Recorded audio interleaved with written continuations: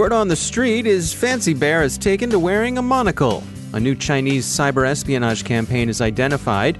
Intrusion Truth tracks APT-17 to Jinan and China's Ministry of State Security.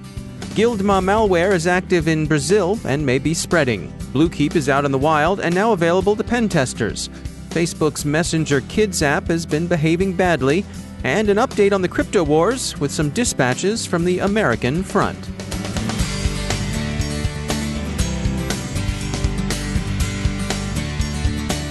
And now a word from our sponsor, ExtraHop, the enterprise cyber analytics company delivering security from the inside out. The cloud may help development and application teams move fast, but for security teams already dealing with alert fatigue, tool sprawl, and legacy workflows, cloud adoption means a lot more stress. You're building your business cloud first. It's time to build your security the same way. ExtraHop's Reveal X provides network detection and response for the hybrid enterprise.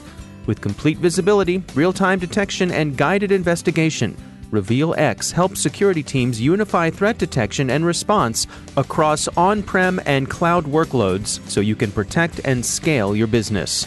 Learn more at extrahop.com/cyber. That's extrahop.com/cyber. And we thank ExtraHop for sponsoring our show. From the CyberWire studios at Data Tribe, I'm Dave Bittner with your CyberWire summary for Thursday, July 25th, 2019. Security researchers at Lookout have announced the discovery of Monocle, which the company describes as a new and sophisticated set of custom Android surveillanceware tools. There are some indications that there may be an iOS version lurking somewhere, but for now, the Android toolkit is in use in the wild. Lookout attributes Monocle to the Special Technology Center Limited, also known as STC Limited or simply STC. The company is based in St. Petersburg, Russia, and along with two other companies, was sanctioned in 2016 by a U.S. executive order for its work on behalf of the GRU. That work involved information operations against U.S. elections. Monocle is advanced mobile malware designed to collect and exfiltrate personal data from infected devices. Lookout says Monocle uses familiar methods but in novel ways, and that it's been extremely effective against its targets. Its functionality includes profiling of the users it targets to gain a sense of what interests them. So if the bears are sporting some new eyewear, what of the pandas? Well, they haven't been idle either. Proofpoint yesterday published a report describing the activities of a Chinese advanced persistent threat group it calls Operation Lagtime IT. The security firm tracks the group internally as TA428. We parenthetically express some regret that they haven't named the threat group after a cute animal. At any rate, Lagtime is a cyber espionage operation that collects against East Asian targets, for the most part government agencies that oversee government information technology, domestic affairs, foreign affairs, economic development, and political processes.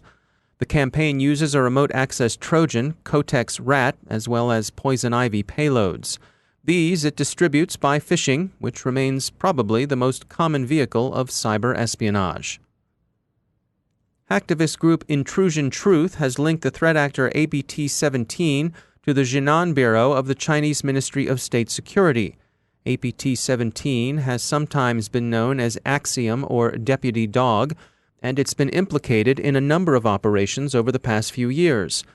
Intrusion Truth makes a case that a Ministry of State Security officer by the name of Guo Lin is running front companies that engage in cyber espionage on behalf of the Chinese government.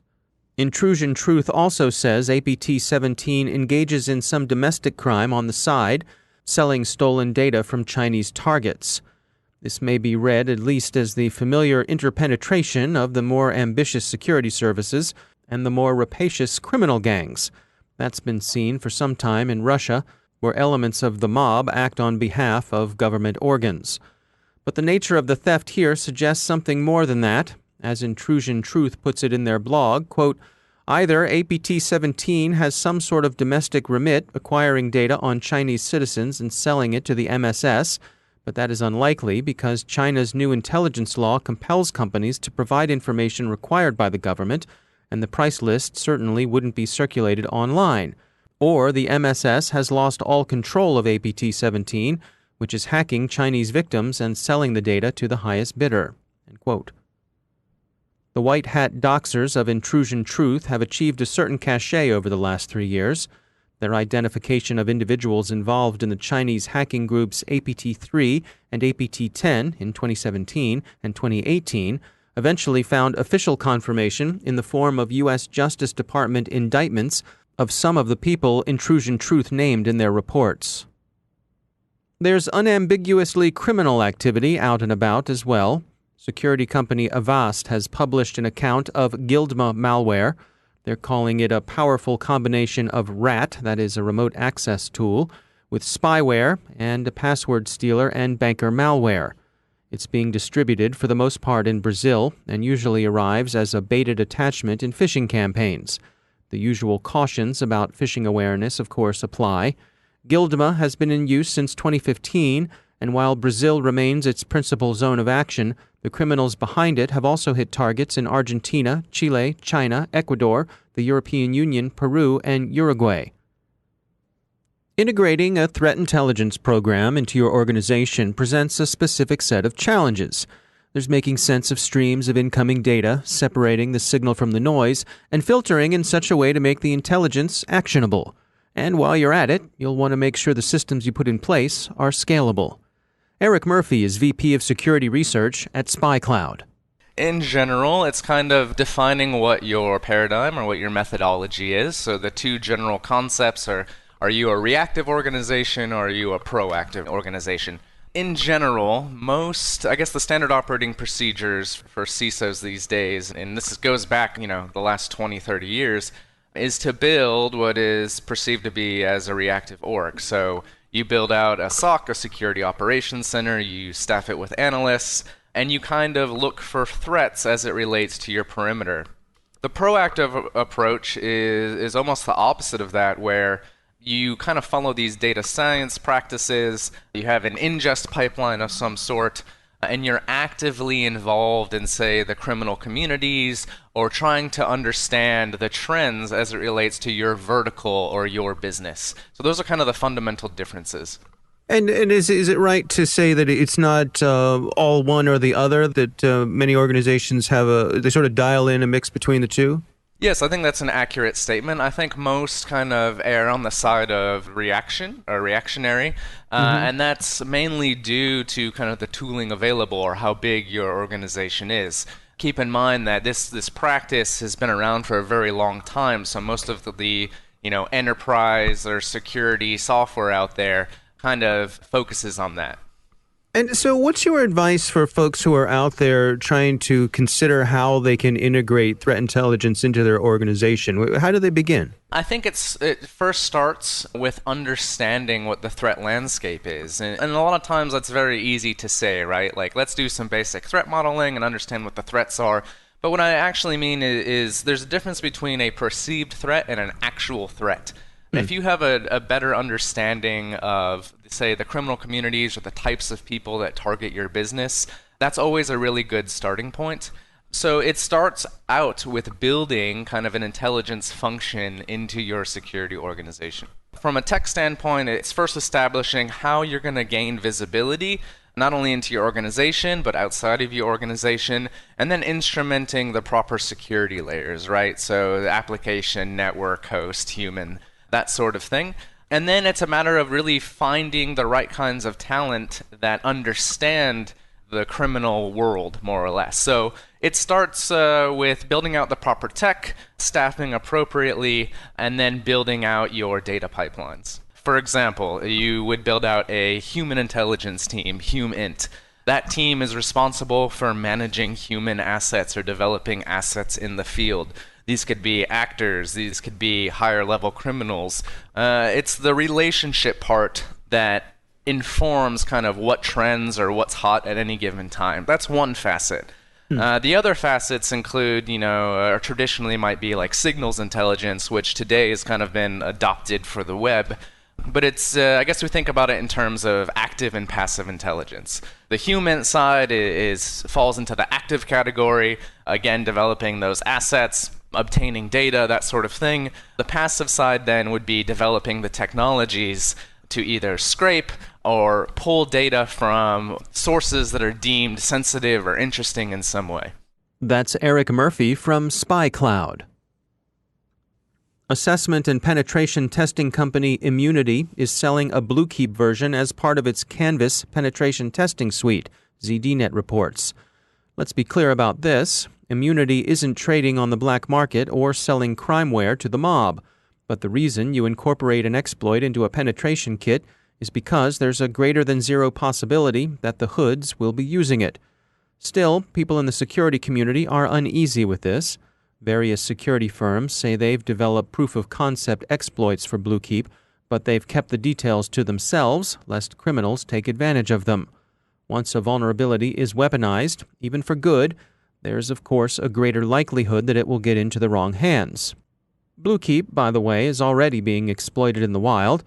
Researchers at security firm Intezer have found it incorporated into the latest version of the Watchbog cryptojacking botnet. If you haven't already done so, please patch for Bluekeep. Not to pile on that social network based out of Menlo Park, but they're having an uneasy week, public image-wise. Naked Security reports that Facebook has had to tell parents that a group chat option in its Messenger Kids Android app circumvented the core feature of that app, parents' ability to restrict the child user to communication with only parentally approved contacts. The issue seems to have been a simple glitch without any nefarious monetization agenda at its root, but the optics, as they say, aren't good. And finally, we've noted that U.S. Attorney General Barr fired another shot in the crypto wars this week, making a constitutional argument that, quote, the Fourth Amendment strikes a balance between the individual citizen's interest in conducting certain affairs in private and the general public's interest in subjecting possible criminal activity to investigation. End quote. The other side pushed back with arguments to the effect that no one has any idea of how to ensure access to non-cooperating encrypted systems without dangerously weakening security for everyone. Critics also maintained that, as a matter of fact, the extent to which going dark is an actual problem has been exaggerated, and the government's ability to access the traffic it needs to access for legitimate law enforcement and intelligence purposes has in general been underestimated. There are also political objections from those who believe they discern in the Attorney General's remarks a disposition to see data security in terms of first-class citizens, that is, the government, and especially the Defense Department and the intelligence community, but also big business, and second-class citizens, which is basically private citizens. In any case, the Department of Justice is convinced that going dark is a real problem, and it seems prepared to double down on an anti-encryption position it's held at least since the early days of the Obama administration. But one suggestive bit of reporting on CNN hints at either a motive or a retrospective justification for the renewed offensive in the crypto wars. Special Counsel Mueller's investigation of Russian election influence collected a lot of messages that would have been really good, but darn it, too many of them were encrypted. It will be interesting to see if this particular story has legs.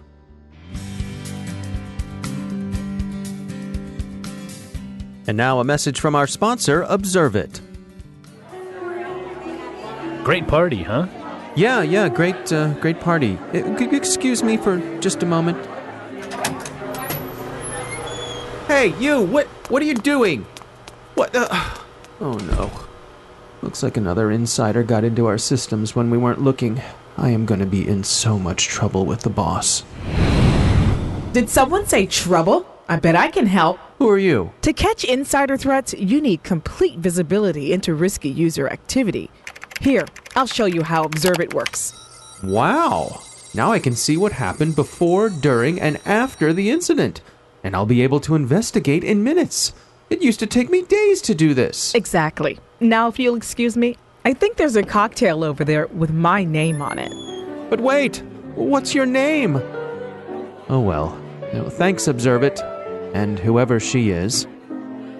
Observe It enables security teams to detect risky user activity, investigate incidents in minutes, and effectively respond. Get your free trial at observeit.com/cyberwire.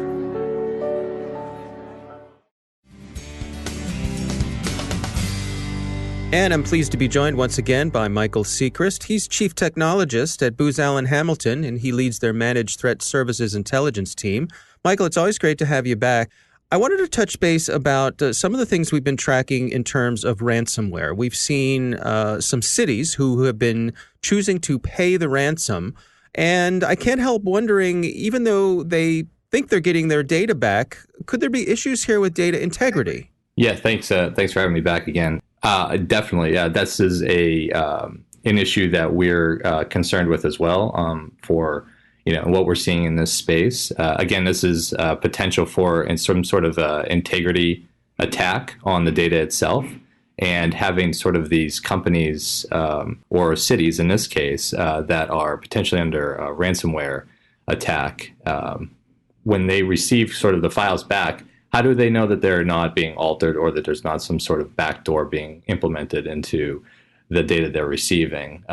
This again gets to known good and known bad for a company and for an organization or a city. Something that we are working closely to try to mitigate and build internally within our clients.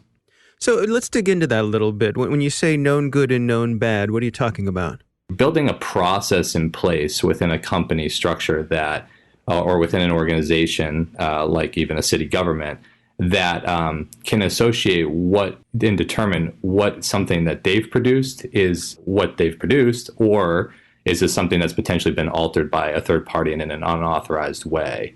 So getting to an authorized and unauthorized sort of content or media or file is a difficult challenge in of itself, based on sort of the ecosystems that are in place digitally across these organizations.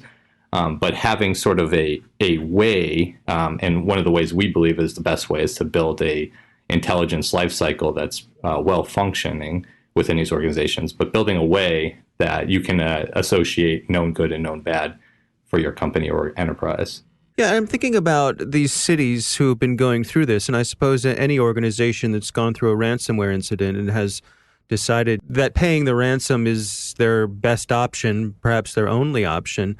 I suppose that if they're faced with that, that probably means they don't have a functional backup system, which would also lead me to believe that they probably don't have some way of tracking data integrity.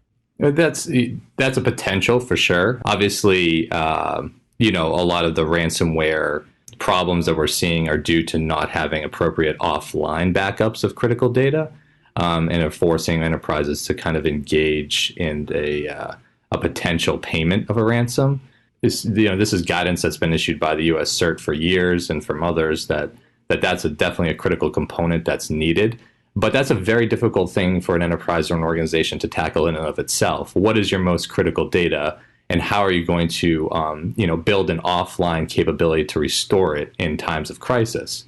That's one. But then the other question we're asking here is, the data that is restored, how do we know that that is the data that we consider our data, or data that is good and data that is authorized on behalf of the enterprise? And that's a much more difficult question. It is reliant on the organization to know that information and to know what's potentially been altered. And that requires kind of almost a central repository of truth at these companies or these enterprises. And that's kind of what we're getting at. That's why the intelligence lifecycle is so important, because it really should be your own internal mechanism for deriving the truth of data in your enterprise. All right. Well, Michael Sechrist, thanks for joining us. Thank you.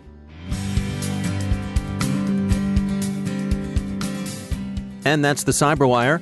Funding for this CyberWire podcast is made possible in part by ExtraHop, providing cyber analytics for the hybrid enterprise. Learn more about how ExtraHop Reveal X enables network threat detection and response at extrahop.com. Thanks to all of our sponsors for making the CyberWire possible, especially our supporting sponsor, Observit, the leading insider threat management platform. Learn more at observit.com. The CyberWire podcast is proudly produced in Maryland out of the startup studios of Data Tribe, where they're co-building the next generation of cybersecurity teams and technology. Our amazing CyberWire team is Stefan Vaziri, Tamika Smith, Kelsey Bond, Tim Nodar, Joe Kerrigan, Carol Terrio, Nick Valecki, Bennett Moe, Chris Russell, John Petrick, Jennifer Iben, Peter Kilpie, and I'm Dave Bittner. Thanks for listening. We'll see you tomorrow.